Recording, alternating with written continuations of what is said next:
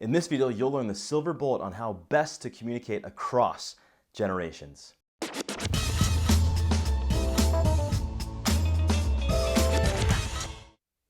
Workplace communications today are a tangled web of varying preferences. Some call, some email, and others will text while sitting right next to you. Evolving technologies have wreaked havoc on our communication choices. There has never been a greater divide between preferred communication channels than there is today. When is face-to-face better than a call? Or when is text better than an email? Or when is Slack better than Skype? The way people communicate varies by generation. According to Gallup, sending and receiving text messages is the most prevalent form of communication for Americans younger than 50. More than 2/3 of 18 to 29-year-olds say they sent and received text messages a lot the previous day, as did nearly half of Americans between 30 and 49.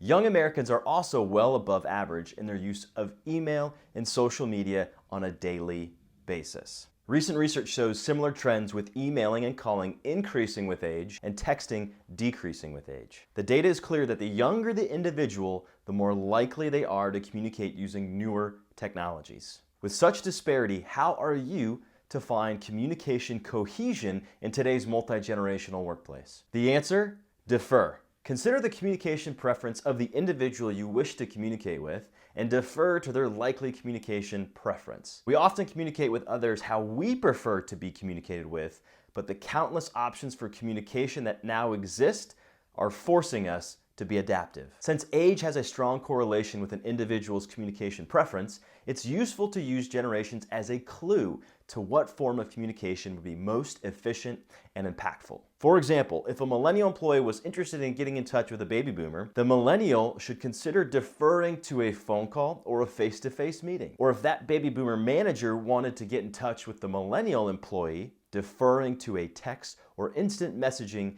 may prove most effective. Certainly not a phone call. Once the connection is made, ask how the individual would prefer to communicate moving forward, and then continuously defer to that method of communication. Adjusting our communications for each generation can be exhausting, but it's a new reality we face in today's 21st century workplace. What's more exhausting is the constant miscommunication that occurs when you try to communicate with everyone based on the specific communication preference. This simple strategy will also help generations become more versed in communication skills where they lack. Millennials can become stronger offline communicators, and older generations can become stronger digital communicators. Considering one's generation, while not fail-proof, can be a quick and effective way for deciding which communication method to use. If you don't know the generation of the individual you're going to communicate with, default to email. While texting is the dominant communication function on mobile, it can be too personal for a first communication. Email, at the moment, is the most generational neutral form of communication.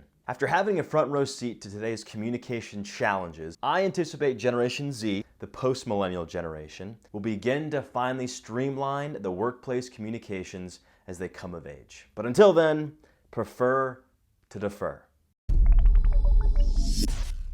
Thanks for watching. I hope this content was insightful and useful. As an internationally recognized Millennial and Generation Z speaker and an Inc.com columnist, I future-proof organizations by helping them engage, lead, and market to the emerging generations, as well as helping them to leverage today's workplace trends. If you'd like to have me speak to your organization or at your association, click the link in the description to begin that conversation. And of course, click subscribe to ensure you don't miss any future videos. Thanks again, and bye for now.